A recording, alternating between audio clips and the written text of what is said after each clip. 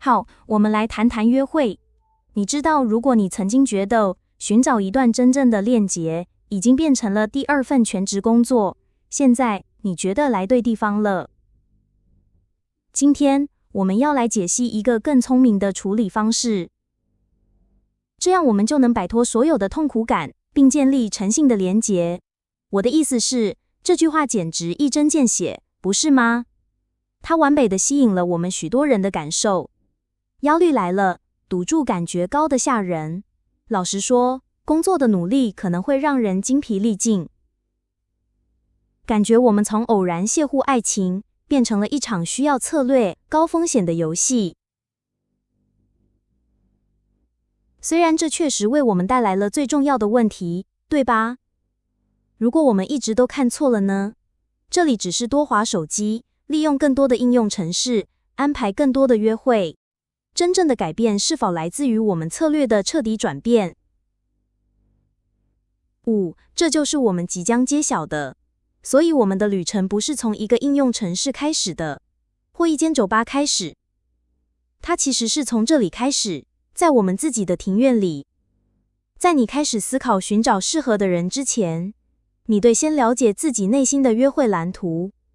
你知道那张一直引导着你的隐藏地图，无论你是否意识到。好，这就是事情变得非常有趣的地方。把它想象成一座冰山，我们都太专注于我们能看到水面上那块空间 5%。我们的行动，我们的交友档案，我们向右滑的物件。但真正的动力来源，那潜伏在底下的庞大 95%， 那是我们的潜意识。这是我们所有隐藏的信念、过去的伤害、秘密的恐惧。如果我们忽略那一部分，我们基本上只是在铁达尼号上重新布置露台躺椅。那么，我们才真正开始运用那 95% 呢？5. 一个非常简单而有力的起点。这就是我们的语言。查看清单。清单。左边是我们许多人会做的，我们列出了我们不需要的东西。但是诀窍是这样子的，我们的潜意识不太会处理“不的”这个字，它只是专注在那个画面：吸烟、消费、保持距离。所以，跨越转换意义，并用正面的词汇来描述我们想要的东西。就像你在右边看到的那样，我们给了我们的大脑一个福音，正面的目标去追求。这只是用字上的微小改变，却带来了焦点的巨大转变。这是一个完美的例子，说明了我们的潜意识向我们发送了一些非常混乱的讯号。我的意思是，表面上看起来，这听起来像是个矛盾，对吧？一个人怎么可能都是安静的内向者，又是社交蝴蝶呢？但你在更深入挖掘一点的时候，你就会开始真的看到需求。事实证明，这个人其实并不想要一个行走的矛盾，他们真正的愿望是一个伟大的毁灭者。这正好说明了你必须看透圈你想要的东西，才能找到你真正需要的。你可能听过那个实验，科学家们种了2只植物，一只每天都得到赞美，而另一只则被霸凌。结果简直令人震惊，被赞美的植物茁壮成长，枝叶繁茂，而另一只则真的枯萎零掉。就对我们自己内心对话来说，是一个非常有力的比喻。我们投射到世界上的能量，我们的频率，我们的气场，都是我们自己思考的直接结果。如果你想要吸引一段健康、充满活力的链接，你首先必须在你自己内心培养那股能量。很好，一旦我们开始掌握我们内在蓝图，时间来到将一份新的觉察力应用到实际的世界市场上。今天直接带我们到第2个部分，就是如何用真正的策略去解码实际的约会市场。现在，当谈到哪里找物件的时候，你几乎就有2个主要领域，那就是交友档案和活动。它们各有缺点、惯点。软体给你惊人的接触机会，但是你知道的，你所面对的意思是非常模糊的。是为了约炮，是为了合约，谁知道呢？各方面，实体活动显然更明确又更具验证度，但是它们需要更多的行程和努力。这里真正的关键不在于哪一个比较好，相反的，有意识地选择符合你特定目标的工具。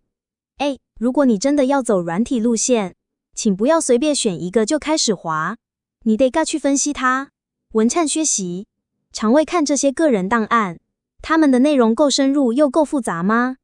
因为越详细通常就意味着越认真的使用者。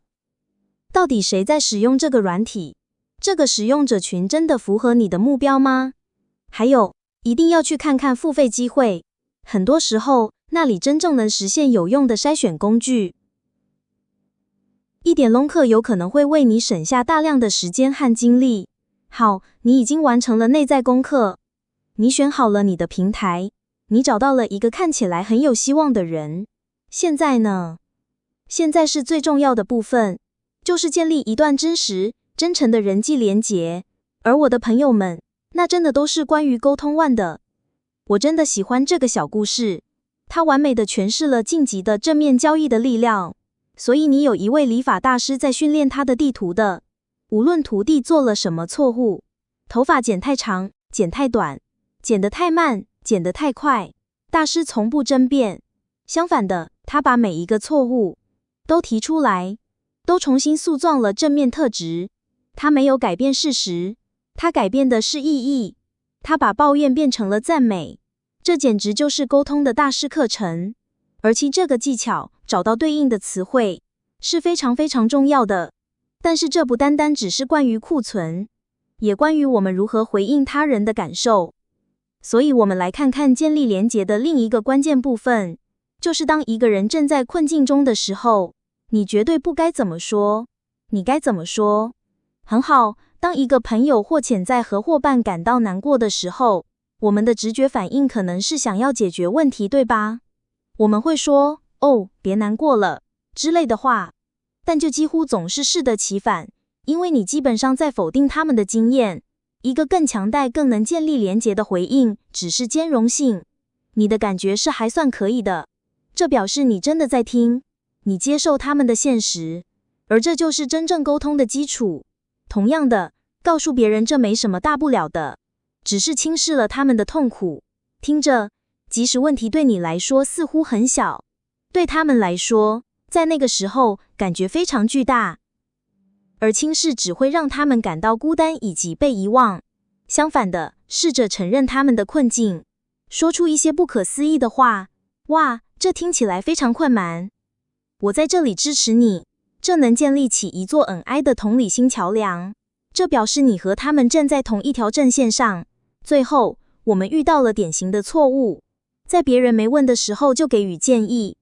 你只要就是，听起来可能像是一种判决，就像你告诉他们做错了一样。一个更好的方法是赋予他们力量。只要问，我会在这里听你说，现在什么会让你觉得最有支持感呢？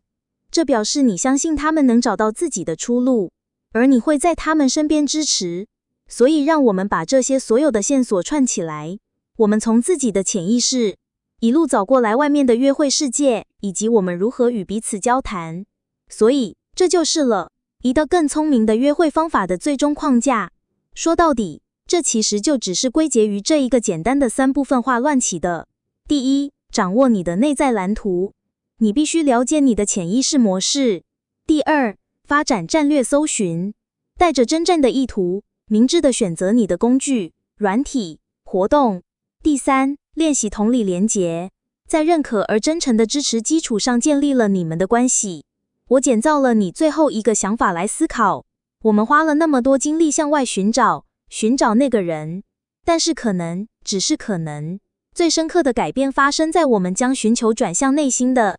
如果终极的约会策略不是为了找到某人，那么重点就要转向将自己的各方面全体手见闻的美好，成为那个真正准备好迎接他们所寻找的美好恋情的人。